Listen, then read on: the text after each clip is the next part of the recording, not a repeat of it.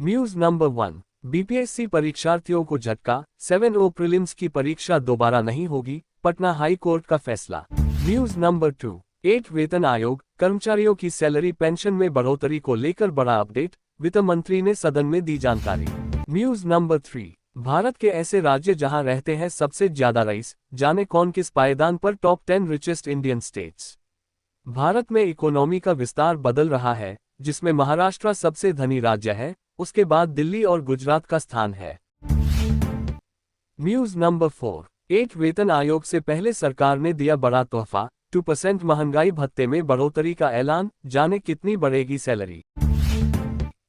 News number 5। इस राज्य के किसानों के लिए खुशखबरी, 6000 की जगह 9000 रुपये देगी सरकार। भारत एक कृषि प्रधान देश है, जहां आज भी 50% से अधिक आबादी आजीविका के लिए कृषि पर निर्भर है। किसानों की आर्थिक स्थिति को सुधारने के लिए सरकार समय समय पर विभिन्न योजनाएं लागू करती रहती है। इनमें से एक महत्वपूर्ण योजना है प्रधानमंत्री किसान सम्मान निधि योजना, जिसे 2018 में शुरू किया गया था। इस योजना के तहत देश के किसानों को सालाना 6000 रुपये की आर्थिक सहायता प्रदान की जाती है, जो 2000 रुपये की 3 किस्तों में सीधे उनके बैंक खातों में जमा की जाती है। इस योजना से लाखों किसानों को लाभ मिल रहा है, लेकिन अब इस योजना को लेकर एक बड़ा अपडेट सामने आ रहा है। दिल्ली के किसानों की बल्ले बल्ले। खबरों के मुताबिक दिल्ली सरकार ने किसानों के लिए एक बड़ा ऐलान किया है, जिसके तहत दिल्ली के किसानों को अब पीएम किसान योजना के तहत 6000 रुपये नहीं, बल्कि 9000 रुपये सालाना मिलेंगे। इसका मतलब है कि उन्हें 2000 रुपये की बजाय 3000 रुपये की 3 किस्तों में ये राशि प्राप्त होगी। दिल्ली की मुख्यमंत्री रेखा गुप्ता ने बजट सत्र के दौरान इस बात का जिक्र किया था। हालांकि ये लाभ कब से मिलना शुरू होगा, इसकी आधिकारिक जानकारी अभी तक सामने नहीं आई है। अगर दिल्ली सरकार किसानों को 9000 रुपये देना शुरू करती है, तो ये कदम निश्चित रूप से दिल्ली के किसानों के लिए एक बड़ी राहत और आर्थिक सहायता साबित होगा। राजस्थान सरकार भी दे रही है ज्यादा लाभ। आपको ये भी बता दें कि दिल्ली के अलावा राजस्थान की भजनलाल सरकार भी किसानों को 6000 रुपये से ज्यादा का लाभ देती है।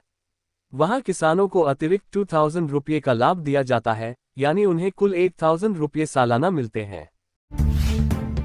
News number 6। 8 वेतन आयोग, सरकारी वकीलों को भी मिलेगा फायदा, जाने कितनी बढ़ेगी सैलरी। केंद्र सरकार अपने कर्मचारियों के लिए समय समय पर वेतन आयोग का गठन करती है, जिसका उद्देश्य कर्मचारियों के वेतन और भत्तों में सुधार करना होता है। हाल ही में 8 वेतन आयोग की घोषणा की गई है, जिसके 1 जनवरी 2026 से लागू होने की संभावना है। इस खबर से केंद्रीय कर्मचारियों में खुशी की लहर है, क्योंकि इसके लागू होने के बाद उनकी तनख्वाह में अच्छा खासा इजाफा देखने को मिलेगा। ऐसे में सवाल यह उठता है कि क्या सरकारी वकीलों को भी 8 वेतन आयोग का फायदा मिलेगा, क्योंकि वकील भी सरकार के अधीन आते हैं और उन्हें तनख्वाह भी सरकार ही देती है। तो चलिए इस सवाल का जवाब जानते हैं। क्या सरकारी वकीलों को मिलेगा 8 वेतन आयोग का लाभ? जी हां, 8 वेतन आयोग का लाभ सरकारी वकीलों को भी मिलेगा, लेकिन फिलहाल यह लाभ उन्हीं वकीलों को मिलेगा जो केंद्र सरकार के अधीन आते हैं। राज्य सरकार के वकीलों को 8 वेतन आयोग का लाभ संबंधित राज्य सरकार पर निर्भर करता है। राज्य में 8 वेतन आयोग लागू होने के बाद ही इसका लाभ उन्हें मिल पाएगा। कितनी बढ़ेगी सैलरी? वेतन आयोग के लागू होने के बाद कर्मचारियों की सैलरी में बढ़ोतरी का मुख्य आधार फिटमेंट फैक्टर होता है। फिटमेंट फैक्टर एक महत्वपूर्ण घटक है, जिसका इस्तेमाल वेतन की बढ़ोतरी में किया जाना है। 8 वेतन आयोग में फिटमेंट फैक्टर के 2.86 होने का अनुमान है। अगर यह लागू होता है, तो न्यूनतम मूल वेतन 18,000 रुपये से बढ़कर 51,000 रुपये तक हो सकता है। हालांकि वास्तविक वेतन वृद्धि कई कारकों पर निर्भर करेगी, जैसे कर्मचारी का ग्रेड, सेवा अवधि और दूसरे भत्ते। इसका मतलब है कि अलग अलग ग्रेड और अनुभव वाले सरकारी वकीलों की सैलरी में अलग अलग बढ़ोतरी देखने को मिल सकती है। News number 7। मुकेश अंबानी के लिए आई बुरी खबर, दुनिया के टॉप 10 सबसे अमीर व्यक्तियों की लिस्ट से बाहर। News number 8। पति ने पत्नी की हत्या कर सूटकेस में रखा शव, फिर खुद भी पीली कॉकरोच मारने वाली दवा। News number 9। साइबर ठगों की जाल में फंसकर 50 लाख रुपये ट्रांसफर किए, फिर बुजुर्ग दंपति ने की आत्महत्या। News number 10। विराट कोहली 3 बड़े रिकॉर्ड तोड़कर रचेंगे इतिहास, धोनी की टीम के खिलाफ हासिल करेंगे खास मुकाम। News number 11। आईपीएल नीलामी में इंसोल्ड रहने के बाद इंग्लैंड जाने वाले थे लॉर्ड शार्दुल ठाकुर, फिर इस दिग्गज की एक फोन कॉल ने बदली किस्मत। News number 12। अरिजीत सिंह की आवाज में सिकंदर का पहला रोमांटिक गाना हम आपके बिना रिलीज, प्यार में डूबे Salman Rashmika. News number 13। Advance booking में किसी का भाई किसी की जान से आगे निकली सिकंदर, सलमान की फिल्म की हुई इतनी कमाई।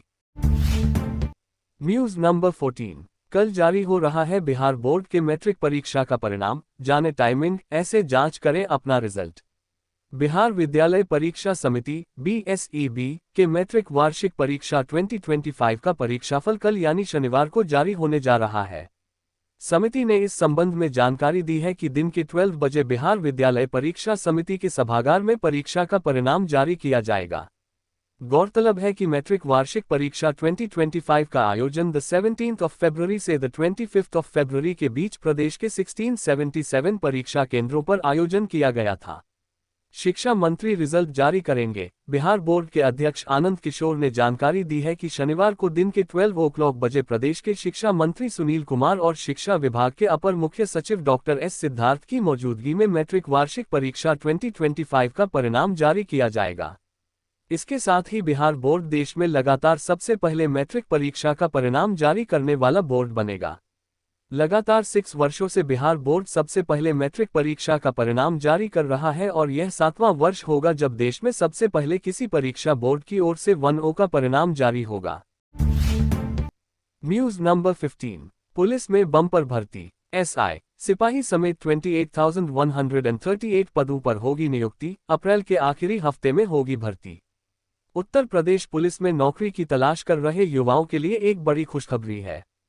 उत्तर प्रदेश पुलिस भर्ती एवं प्रोन्नति बोर्ड, लखनऊ ने यूपी पुलिस में 28,138 पदों पर भर्ती की घोषणा की है। ये भर्ती प्रक्रिया अप्रैल और मई 2025 में शुरू होगी, जो योग्य उम्मीदवारों के लिए पुलिस बल में शामिल होने का शानदार मौका है। बोर्ड ने जल्द ही आधिकारिक वेबसाइट और सोशल मीडिया प्लेटफॉर्म पर आवेदन प्रक्रिया से संबंधित जानकारी अपडेट करने की बात कही है। लगातार बढ़ रही भर्ती प्रक्रिया, यूपी पुलिस को मिल रहा है बल।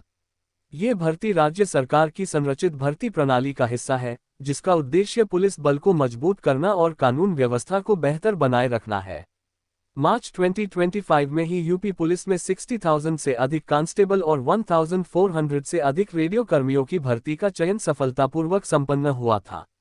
पिछले 8 वर्षों में यूपी पुलिस 214,468 पदों पर भर्ती कर चुकी है, जिनमें 34,832 महिलाएं और 179,636 पुरुष शामिल हैं। ये भर्तियां sub inspector, platoon commander, constable समेत विभिन्न श्रेणियों में हुई हैं।